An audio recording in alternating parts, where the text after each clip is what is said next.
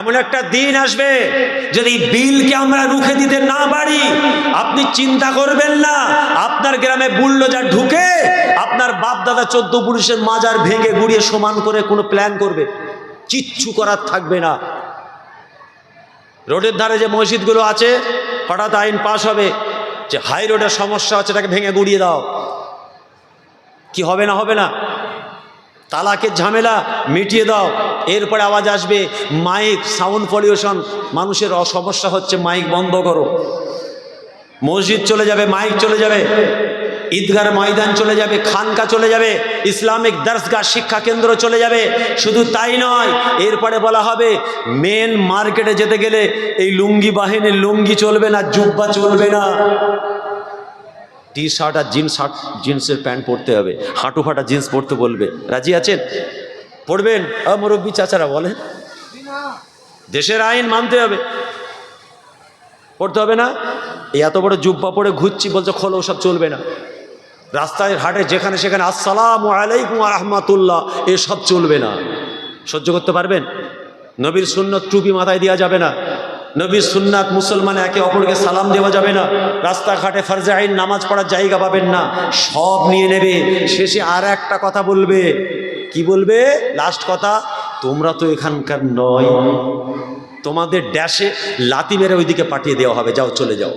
ড্যাশটা বসিয়ে নেবেন আপনারা, যাও চলে যাও, পাকিস্তানে যাও না, বাংলাদেশে যাও, তোমরা এখানকার নয়। কি এটা কি ভালো লক্ষণ না খারাপ? সবাই মিলে বলেন। তাহলে এর প্রতিবাদ করার দরকার আছে না নেই? বলুন। যেখানে যে ভাই সাহেব, পীর সাহেব, পীরজাদা, যে কোনো সংগঠন, কোনো রাজনৈতিক দলও যদি হয়, তার দল তার জায়গায়, যদি দেখেন এই ওয়াকফ বিল বন্ধ করার পক্ষে, প্রত্যাহারের পক্ষে, আমাদের পক্ষে যদি ডাক দেয়, আপনার ইমানি দায়িত্ব মনে করে আপনি হাজির হবেন, আল্লাহকে বলতে পারবেন, আল্লাহ আপনার ঘর নবীর মাদ্রাসার জন্য আমি হাজির হয়েছিলাম। ইমানি দায়িত্ব। ফুরফুরা শরীফ থেকে যখন ডাকা হবে কোনো জায়গায়, যুবক ছেলেরা বিশেষ করে এতবার ফুরফুরাই যায়, একবার কমপক্ষে যাবেন, বলুন না ইনশাআল্লাহ। সবাই বলতে পারে ইনশাআল্লাহ? কে কে রাজি আছেন হাত তুলে দেখান তো। মাশাআল্লাহ, নারে তাকবীর, আরো জোরে নারে তাকবীর, আরো জোরে নারে তাকবীর। সিলসিলায়ে হক মুজাদ্দিদুজ জামান, সিলসিলায়ে হক মুজাদ্দিদুজ জামান, মাসলাকে মুজাদ্দিদুজ জামান, নারে তাকবীর। আল্লাহ আমাদের ইমানি ক্ষমতা বাড়িয়ে দেন, সকলে বলুন আমিন। এখন আমাদের দেওয়ালে পিঠটা ঠেকে গেছে। ভারত কবে স্বাধীন হয়েছিল জানেন? এই সায়েন্স হিস্ট্রির ছেলেরা নেই, কবে স্বাধীন হয়েছিল বলতে পারবেন? ভারত স্বাধীন হওয়ার 5টা কারণ। আরে ভুল ইতিহাস পড়েছেন, আমার কাছে ইতিহাস শোনেন। 2টো বলেছি, আর একটা বলে যায়। তাই কি 2টো বলেছি তো? জীবন আমাদের 2টো, দুনিয়া এবং আখেরাত, এটা একটা জীবন নাই। 2 নম্বর কি বলেছি? ওরে আল্লাহ, সব ভুলে গেল করি। কনস্টিটিউশন, সংবিধান আমাদের কটা? 2টো। আর একটা বলছি 3টে ডোজ দিয়ে গেলাম দেউলি চকে। শোনেন, আপনারা যে ইতিহাসটা পড়েছেন বা আমিও যেটা পড়েছিলাম ভুল। আমার সাবজেক্ট হিস্ট্রি ছিল। কেন? ও কারণ নয়, আসল কারণ ভারত স্বাধীন হয়েছে যখন ভারতীয়রা দেখেছে ভারতীয়দের পিঠে দেওয়ালটা ঠেকে গিয়েছিল যখন, তখন তারা সামনের দিকে আগিয়েছিল। কোনো আইন, কোনো দল, কোনো মত, কোনো কারণ মানেনি। এরা বুঝেছিল এবার সামনে যেতে হবে। যখন তারা সামনে গিয়েছিল আর কেউ রুখতে পারেনি, তখনই স্বাধীন হয়েছিল। জোরে বলুন সুবহানাল্লাহ। আজ মনে করুন ওই রকম মুসলমান ইমানদার সারা বাংলায় নাই, সারা ভারতে আওয়াজ উঠেছে। কালকেই না আজকেই দেখছিলাম আমেরিকা আমাদের মোদি বাবুকে থ্রেডিং দিয়েছে যে প্রত্যাহার করো, এটা কেন করেছেন? যাক বলেছে। আবার ওই আমেরিকা প্যালেস্তাইনে আমার মা, বোন, ভাই, বেটি, বাচ্চা, তাদের উপর অত্যাচার করতে সহযোগিতা করছে। করছে না? করেনি। কিন্তু এই ক্ষেত্রে মুখ দিয়ে তো বেরিয়েছে, বিরাট ব্যাপার। যেখানে আমাদের অস্তিত্ব চলে যাবে, এটা সাধারণ ব্যাপার ভাববেন না। যুবক ছেলেদের বলছি, খালি শেয়ার করুন, খালি ঘোষণা করুন, শেয়ার করুন। এ বিল মানি না। সোশ্যাল মিডিয়া জাম করে দেন, রাস্তাঘাট অচল হয়ে যাবে ইনশাআল্লাহ। Wait and C.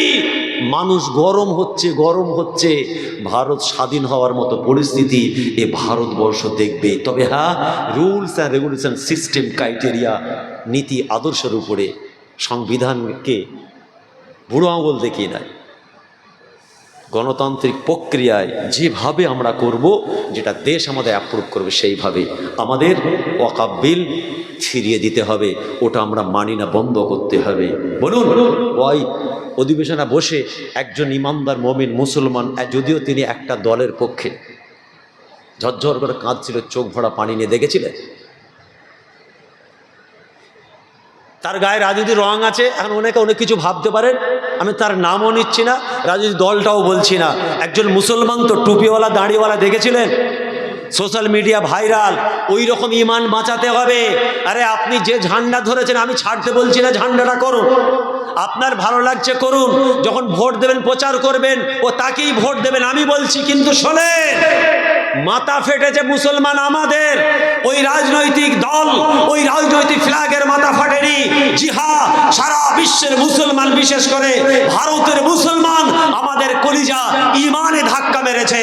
কোন রাজনৈতিক ফ্ল্যাগ, কোন রাজনৈতিক নেতা কি বলল দেখার নয়, আমি যে রাজনৈতিক দল করি না কেন, কিন্তু যখন ইমানে আঘাত দেবে, আমরা কোন রাজনৈতিক দল, কোন নেতা নেত্রীকে চিনি না। আমার কোরআন, আমার রসুল, আল্লাহর কালাম এবং আমাদের ইমানে যখন আঘাত আসবে, আমরা কোনো কথা মানি না। বলুন ইনশাআল্লাহ। জি হ্যাঁ, জোরে বলুন ইনশাআল্লাহ। নারে তাকবীর। মাশাআল্লাহ, তাবারাকাল্লাহ। যাক, আমি আলোচনাও শেষ করে ফেলবো এক্ষুনি। এরই মধ্যে মাশাআল্লাহ আমার ছোট ভাই জনাব আলা হযরত পীরজাদা জুবায়ের সিদ্দিকী সাহেব আপনাদের খেদমতে এসে গেছেন। আমার মুরব্বী মামাজান আল্লামা পীর হুজুর হযরত ইউসুফ সিদ্দিকী মাদ্দাজুল আলী, আমার মামাজানের সুযোগ্য সাহেবজাদা এসে গেছেন। একটু পরে ইনশাআল্লাহ আসবে। কি খুশি তো নাকি? এই তিনজনে জি, সবাই মিলে বলেন খুশি আছেন তো নাকি? একবার জোরে সোরে তাকবীর দেন, নারে তাকবীর। আর উচ্চ আওয়াজে নারে তাকবীর। দরুদ শরীফ আল্লাহুম্মা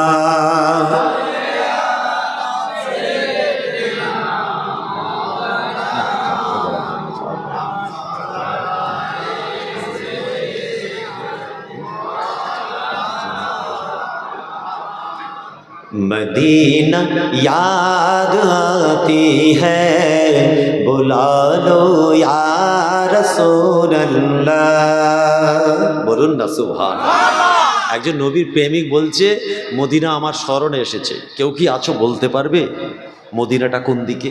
মানে একজন নবীর আশেক, দিওয়ানা, পাগল, মদিনাওয়ালার দিওয়ানা, সে নাত শেরের মাধ্যমে মোহাব্বতের ইজহার করছে। কি বলছে? মদিনা আমার ইয়াদ এসছে, নবীকে আমি স্মরণ করছি, মদিনাকে স্মরণ করছি। কেউ কি আছো বলতে পারবে কোন দিকে? আমার অন্তরটা তড়াচ্ছে, মানে ছটফট করছে, চোখ আমার অশ্রুসিক্ত, চোখ ঝলমল করছে, মানে চোখে পানি এসে গেছে। এখন কেউ কি আছো বলতে পারো মদিনা কোন দিকে?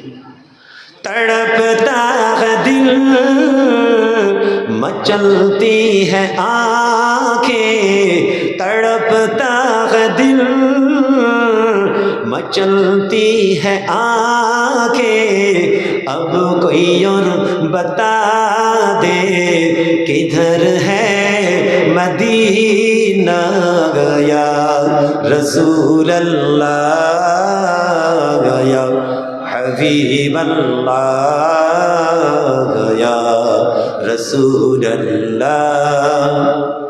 मदीना याद आती है, बुला लो या रसूल अल्लाह। अल्लाहुम्मा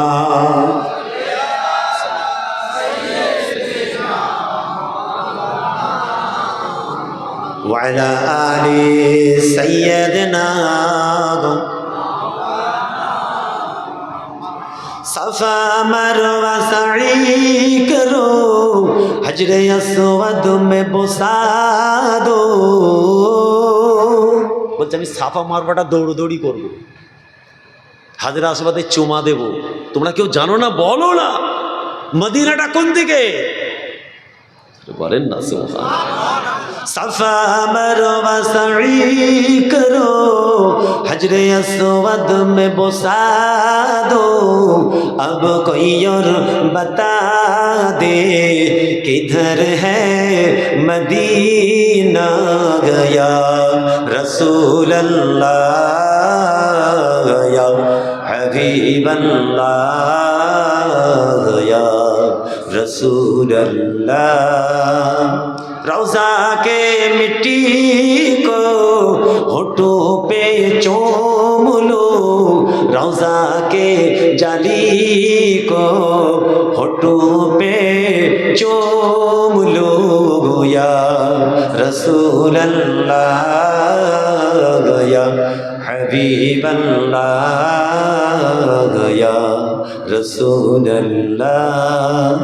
तड़पता है दिल मचलती है आंखें, अब कोई और बता दे किधर है मदीना गया रसूल अल्लाह गया हबीब अल्लाह गया रसूल अल्लाह।